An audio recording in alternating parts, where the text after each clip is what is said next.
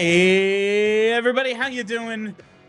Well, that's good. Welcome to PHLY Flyers pregame presented by Bet365. My name is Bill Matz. I'm your director of fun and games for the evening. Joining me live in the Xfinity studio, it is Mr. Flyperbole, Steve Jaco. What's up, Steve? Hey, Bill. We're here to talk about some Flyers hockey tonight. Some 7:30 p.m. nationally broadcast Flyers Sabres. Like we all drew it up. It's the TNT game tonight. I am looking forward to it. I like a little different broadcast every now and then. I always prefer JJ and Bush, but every now and then give them a night off. Let's hear what someone else has to say about the team. See how many guys they don't actually know about. Obviously, I'm trying to be in a good mood about tonight. We are dealing with the Tyson Foerster injury as best we can, and we're going to talk about that and how the team could hope to replace him in a little bit. But first, let's get to the rest of the lineup, Steve. Let's start it off with the goaltender. It is going to be Sam Ersson after Dan Vladar played maybe his worst game of the season. I would debate that just because it was a tough It matchup. was so just from everybody. Yeah, I thought the defense was real bad in that game, especially the penalty kill. The Penguins just abused the Flyers penalty kill. It was the first goal with the rebound that he thinks he has, and it's laying next to him. It was a rough night. It was a rough night for everybody. I am kind of in the, I'm going to give them a pass for one. Let's see how they do now. All right, 6-game homestand. Game 1 went poorly. Game 1 of that 4-game road trip went poorly, and then they win the next 3, and we're all happy. Oh, what a success. Maybe the homestand will be the same, and it starts tonight with Ersson against Buffalo, as you saw, 4-2-2 with an 859 and a 309.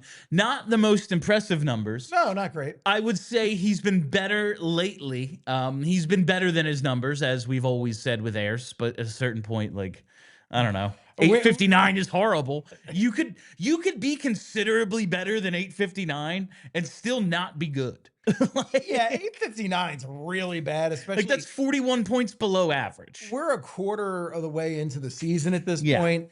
That number should be way closer to 900. So I don't love that. He does have good career numbers against Buffalo, though. 3-1-0, 913 save percentage, 183 GAA. And for some reason, Sam Ersson has these teams that he's been good against historically. He just doesn't like New York. The Islanders, the Sabres. He's just anti-New York. And honestly, that's one of the things I like best about him. Oh, I can get behind that 100%. So it's going to be Ersson there tonight. I can't believe, we're going to do the pregame picks later and slipped my mind to bet OT tonight. I see. That's the thing. It's already starting late, Bill. If Charlie was here, I'd have no problem doing it, but I can't do it to you. Thank you. But all 4 of Ersson's wins have been in the shootout this season.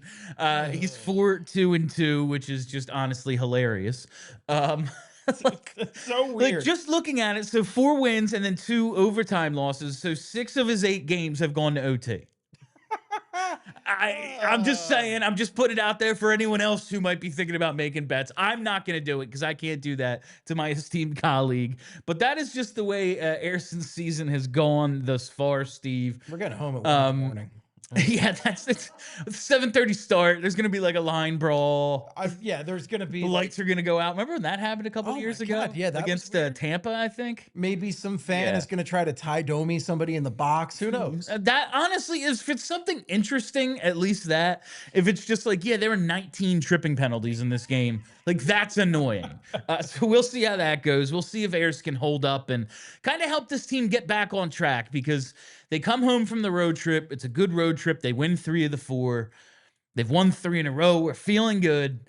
And then the Penguins come in and just kind of kick their ass. So now Dan Vladar was a part of it. I really didn't like some of the response. And we talked about some of the tough stuff. I don't know, just go out there and sucker punch somebody. If they're going to, why not? It's 5-1. Respond. Right. But some of that stuff bothered me. But the way the team protected Vladar also bothered me. This guy has been your MVP for the first quarter of the season. He's been a revelation for this team. He's the reason you're in a playoff spot. And you're giving up breakaways to Kevin Hayes. And this isn't Kevin Hayes from 5 years ago. This is now like Kevin Hayes, who we're paying a pretty good chunk of money to get breakaways against us. Yeah. Like, Yeah. maybe Hurts. don't allow that to happen. I just didn't like that. But the team has been really good coming back after a loss. They've only lost 2 in a row. 2 times this year in regulation. They've only lost 2 in a row once. So hopefully that's part of the response. And I want to see Ayers be a big part of it because, man, you see this schedule coming up. We're going to be leaning on Vladar against, I'm going to guess, some really good teams.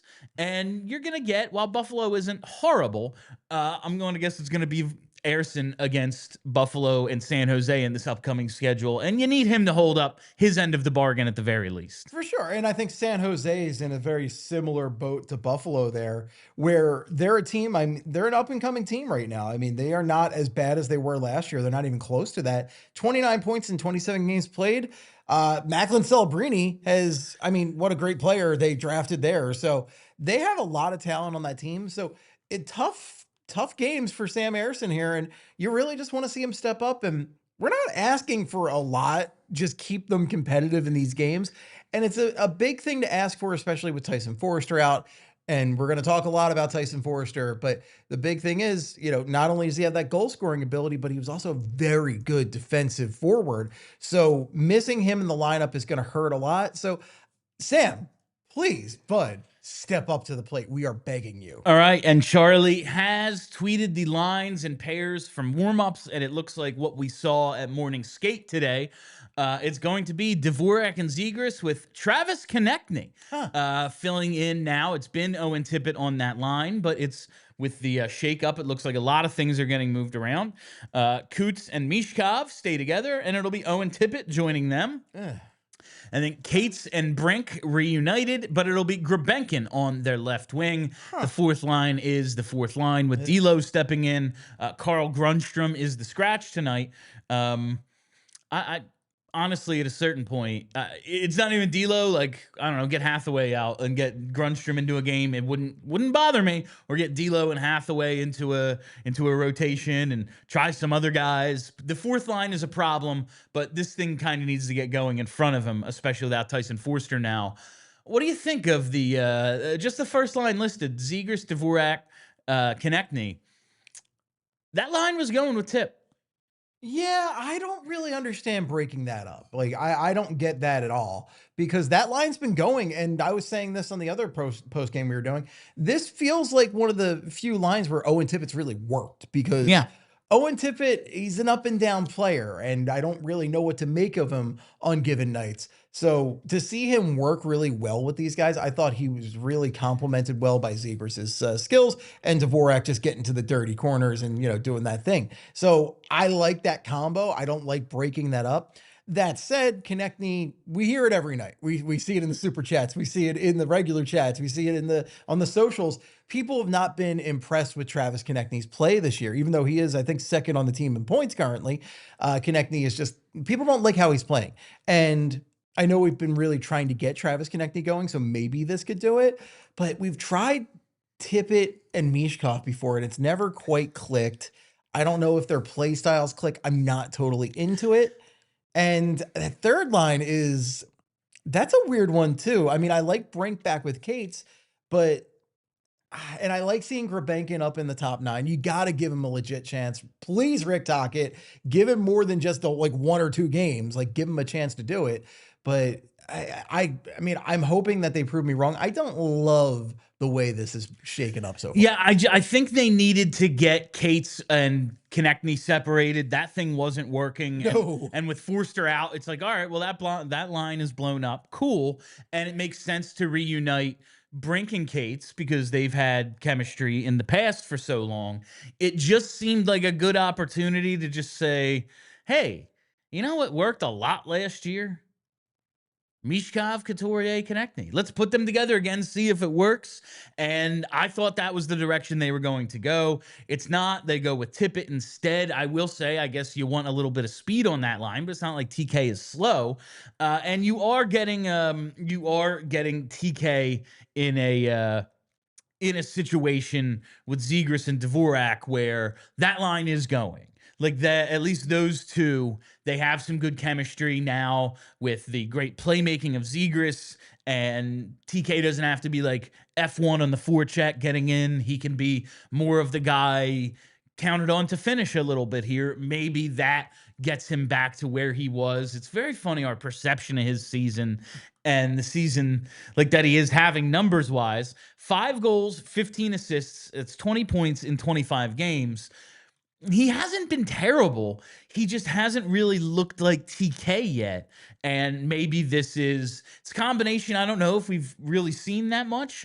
I'm interested. It's just not how I thought it was going to go. No, I agree with that. And I think the thing we want to see out of TK, though, is you see that edge, right? And also the goal scoring, because it's been a little bit since he scored a goal now. I mean, he had the game where we thought he ended the goal drought, and then it gets turned over to a second Michkov goal. So now it's been like 10 or 11 games since he scored. I think it's been 11 games. Yeah. So, to say it's been a while, it would not be an understatement here. But Travis Konecny, we want to see some goals because we have seen him score a lot in the past. And I think he was nearly the Flyers' leading scorer last season. Season before that, I believe he was their leading goal scorer. So he's a guy we can put that biscuit in the basket. So TK, I'm hoping he can just kind of relax with this line a little bit and maybe pot some goals. Yeah, and maybe with just a little bit of a different responsibility here. Like Zegras is the guy on this line. You know, he is the team's leading scorer. He's been their most dynamic forward offensively this season.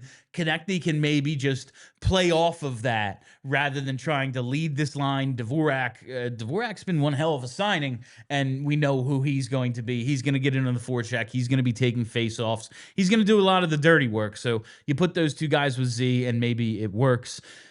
Michkov, Tippett, it's just like, maybe now because Tippett has turned into more of a playmaker. Like he's always going to be a shoot first guy, but he hasn't been he's got 14 shot attempts kind of guy this season. So maybe it's a little different than we saw a lot last year where it was, hey, there's only one puck. How are they going to really coexist? Maybe with a little bit of a different dynamic and Tippett playing a little bit differently this year. That's different. But those are the lines tonight on defense. York Sanheim, Andre Drysdale, and Sealer Zamula. Not a ton of change there. Zamula comes in. Juleson comes out. But we did get an update today. Oh, Rasmus Ristolainen. He is less than a week away, or more than a week away, less than a month. wow. So some point in the month of December, I assume, we will be seeing Rasmus Ristolainen. That can only mean good things for this defense that has struggled to find any solidarity on its third pair this year. Yeah. So we're going to find a Risto in our Santa pack this year? Yeah, or maybe. Santa sack? Yeah, he's actually showing up. He's part of the Santa sack this year. Part of the Santa sack. Risto shows up smiling, and I hear he's hard to play against, so I'm excited about that. That will only help the defensive depth. My only worry with Ristolainen eventually coming back in is, are they going to try and mess around with Emil Andre again? Because you can't do this to me anymore, Flyers. Stop messing with our dear email. I know he is not the most consistent player. I know he can be a bit of a wild card sometimes. There are very few wild cards on this team. I need more wild cards, and what he can do in the offensive zone is just so different than every other defenseman. I think the hope has to be, you look at how the defense is formed right now. I know that Andre Drysdale has been working, but I think it just has to then be York Sanheim, Sealer goes back with Drysdale, and you have Risto Andre, and there's just a much more even distribution of ice time than, Sanheim and York are going to play like 24, 25 minutes, and then we figure it out from there, and hopefully we only have to use the third pair sparingly. Like maybe it's hey, everyone gets like 17 and a half sort of thing. Right. Like maybe that's where we're going with it. I wouldn't have the biggest problem in the world with that, but right now with this rotation they have going on that third pair, it's been up and down, the performances. Zamula first came back, looked great. Then it was, what the hell? And then he's out, and now he's back in. It's just kind of been up and down with this third pair. So we'll see how it goes, and then hopefully Risto's back soon. That'd be nice, yeah. And Zamula is just so maddeningly inconsistent. He's just a guy, as you said, one game he'll look great. One game he'll pull off a fantastic offensive play competent defense. The next game, you're like, have you ever handled a hockey puck before in your life? All right, I want to talk a little bit more about this lineup and different options, and then come back. We'll talk Foerster, we'll talk Buffalo, all that stuff. But right now, got to tell you about Bet365. Whatever the moment, it's never ordinary at Bet365. Bet365 is one of the pioneers of live in-game betting with 78 different sports to bet on live on the Bet365 Sportsbook. But right now, I got to tell you about the early payout offer, because if you bet a team on the money line or making part of your parlay in an NHL game, you're a winner if they go up 3 goals. It's that simple. You get an instant payout. And we have breaking news from Bet365. New customers now get $150 in bonus bets when you bet just $5, win or lose. All you got to do, sign up, use code PHLY365, deposit $10 and place a bet for $5 to get $150 in bonus bets, whether your initial bet wins or loses. Bonus bets can be used on the spread, totals, player props, futures, and more. Whatever the moment, it's never ordinary at Bet365. Must be 21 plus and physically located in PA. If you or someone who knows a gambling problem and wants help, call 1-800-GAMBLER. And now I got to tell you about Elkin Chevrolet, because Flyers fans know who's dishing those championship level deals every single day. It is our friends at Elkin Chevrolet. It's run by 3 brothers, Jason, Adam, and Josh, and they are true Flyers fans, and they have the deals for you this holiday season. They've got a big inventory of Chevy trucks and SUVs, and there's no better time to grab one at a price that won't last. Whether it's getting to the game, to work, or hitting the holiday road, you'll roll into the new year in the perfect ride at the perfect price. Elkin Chevrolet, real brothers, real deals, and a whole lot of honking good service. Elkin Chevrolet, right on Route 73 South in Marlton, New Jersey. Steve, so just looking at how Tocchet has kind of worked here, this was, I think, a belief of the Ron Hextall era, where forward groups, there's like a duo, and then we figure out the third winger. And for, the Cates line was just together, and then when that broke up, it was Cates and Foerster. Now Cates and Brink are reunited. It looks like Dvorak and Zegras are kind of tied together, and Coots and Michkov are kind of tied together. Do they know it's legal to try Michkov with somebody with just try him with Noah Cates for a game? Well, that's the thing that I wanted to see out of this, was a little mix up there, because I do think on paper, Coots and Michkov makes a lot of sense. Just I've mentioned before that these are guys with very good hockey sense. They think very intelligently about the game. But Noah Cates, I don't know. I just want to see a mix up. I want to see a little bit more speed from one of Michkov's partners, because Coots is slow. Like, we love Sean Couturier, but he's a slow hockey player. And we had a little glimpse of this in the last game. It was specifically the shift where Michkov got very chippy with the Penguins and was getting in their face, which I think the Flyers could have used a lot more of in that last game. But he was playing with Cates and I think Brink at that time. So I wanted to see some of that. And there's no reason we won't necessarily see that tonight, because I think if things aren't working, they will mess with those lines. But if things are working, those lines ain't getting messed with. No. Talk ain't touching them. All right, now let's talk about who could potentially be filling in for Tyson Foerster. It's really difficult to replace that sort of production, and really his role on this team as one of the best checkers, a guy that, if wingers could possibly win the Selke, would get some Selke consideration. He's got 10 goals to lead the team. Since March 27th of last year, of this year, but of last season, he's scored 19 goals in 30 games played. The list of guys with more goals than him is like all the stars in the league. It's like, you see this, and it does break my heart to see Cutter Gauthier in there. But all these dudes, and Tyson Foerster has missed a few games, like even before this. He's got fewer games played than everyone else on this list. And you just see, Morgan Geekie, Sid Crosby, Nathan McKinnon, they're just in a different level. But you see everyone else, a few more goals here or there. There are a lot of guys since this date with 19. I decided to show you everyone with more, because who cares about the guys he's tied with? I don't care about those guys. But you see, Bedard, future star of the league. Ovi, greatest goal scorer of all time. Cutter Gauthier, F him. Tage Thompson, everyone in the league wants Tage Thompson. Jake Gensel plays with Sid, plays with Kucherov. He absorbs some of Sid's mojo. Yeah, it plays with Kucherov. These are awesome players. Wyatt Johnson, everyone in the league was hoping he would become a free agent. I wanted to offer sheet the heck out of it. Was, and you're just seeing this, and it's like, yeah, there's Tyson, and it's just, it's a big loss for them. It's a big loss. I just crunched the numbers, and he was at a 37 goal pace for the season, which was tremendous. Like since 2024-25. So going back to last year, looking at this team and their production, Foerster scored 35 goals. He's got 56 points. He leads the team since last year. Matvei is one behind him. TK is a few behind them.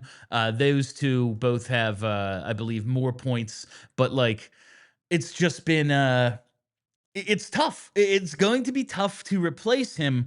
I think it's going to fall a lot on Michkov and TK, two guys who were hoping to get going, and we haven't really seen it get all the way there this year. They've been glimpses, especially with Mish, but now if this is going to be like, they're going to be in it because they're in the East, like unless they lose 20 in a row, they're going to be in it. But first thing never, Bill. If it's going to be more than they're in it because the East is mediocre, it's going to be because some of these guys are going to step up. And I think it starts with Michkov and TK. It absolutely starts with Michkov and TK because you look at the goal scoring, right? You look at it right there. And those guys, I mean, Michkov has scored a fair amount of goals at this point. I think he's got 8, so he's 2 behind where Foerster was. And he's picked it up in the past few weeks. Konecny's dropped off. I don't know where the heck Konecny's goal scoring has gone. Since game 41 of last season, he's got like 9 goals. Yeah. I don't know what's happened to it. He's got to find a way back to scoring those goals because that's a big problem. And this is a guy they need to step up and score some dang goals if they're going to remain competitive in the conference. The other guy I'd love to see a little bit more out of is Bobby Brink. I thought Bobby Brink had a red hot start to the season. He looked outstanding. Think of that Carolina game, right? I think of some of those other games where he just stood out. I want to see Bobby Brink really get back and step up to the opportunity here because they have some hungry guys in the system. They don't have a ton of guys that could potentially come up. But if, we were talking about Alex Bump being a possibility, and I think they want to hold off on that just because they want a little bit more seasoning for him. But that's a hungry guy who wants to come up and, play at the NHL level. They have guys like that who want to move up in the lineup. And the other thing is, these guys want to make the playoffs. We were hearing, I think it was it was the New Jersey game, right? Yeah. I think, was it Nick Seeler who went into the locker room and stepped up and said something about like, if we're going to make the playoffs, we got to get our stuff together. And I'm editing this a little bit for, the audience here, but not the audience. The audience is offended, but you know what I mean? But they want to make the playoffs. This is a group that I think knows how hungry the fan base is to get there. And they want it. It's embarrassing to not make the playoffs every year. It sucks. Be that team that's on the outside looking in. And we'll talk about one of those teams, their opponent tonight, Buffalo. But to your point about Bobby Brink, just to bring that back, 1 goal, no assists in his last 12 games. He had 9 points in the first 13 games. He looked like a guy that was really stepping up and kind of taking hold of that. I'm not going to be the winger who's out because we're going to have to move some wingers at some point. Now it's, well, a few more weeks of this, and why wouldn't we give Alex Bump a look? Yeah. I really think that is a possibility. Real quick, let's take a look at the Buffalo Sabres. They are one of these teams in the East that are, 500, 11-11-4. They are 7th in the Atlantic, 2nd worst in the East, ahead of course, defending champion Florida. Yeah, everybody drew it up. We all saw they've been a little bit better recently, but you see a lot of their numbers, and they're not impressive, really, all that much. This is going to come in bets later, but this is such a weird freaking team. Like, we were just looking at their goalie situation. They've had Devin Levi like up and down in the AHL. Is he going to be the guy or not for a few years? He's in the AHL. They have UPL in the NHL. They have Alex Lyon and tonight's starter, Colton Ellis, who it's 3 goalies. Colton Ellis, .898 save percentage. Alex Lyon, .899. Ukko-Pekka Luukkonen, .899.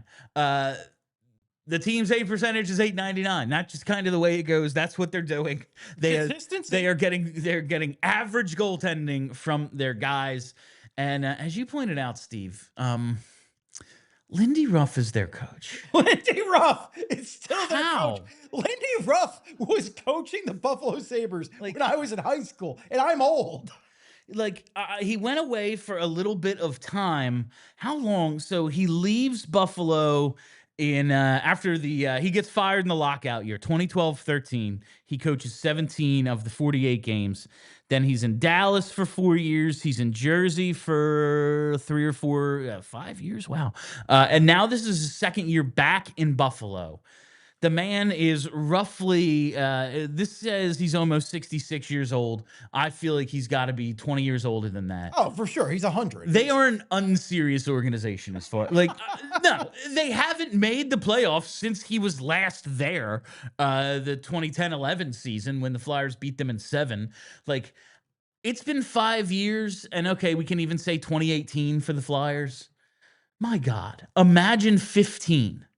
Imagine 15 years without the playoffs. That's horrible. And this team, and like, listen, the Flyers are owned by Comcast. This team would not exist if they didn't make the playoffs for 15 straight years. There'd be no team. Half the league makes it. Half the league makes it. How do you not make it? I don't understand. And it's not like Buffalo up to half. It's been more than half until expansion. And it's not like Buffalo is owned by a poor man. No. Terry Pegula has basically established a huge hockey community at Penn State. At Penn State, yeah. All by himself. Paid for their rink. He did everything. He did everything. And now they have the #1 prospect in the league playing for them this year. So I don't really understand why Buffalo can't figure out it. It's really insane. Not even be an 8 seed. Even the Flyers have figured out with some pathetic teams in the past decade. Just to get in. They cannot figure it out. It's tough enough to live in Buffalo. Okay. Right.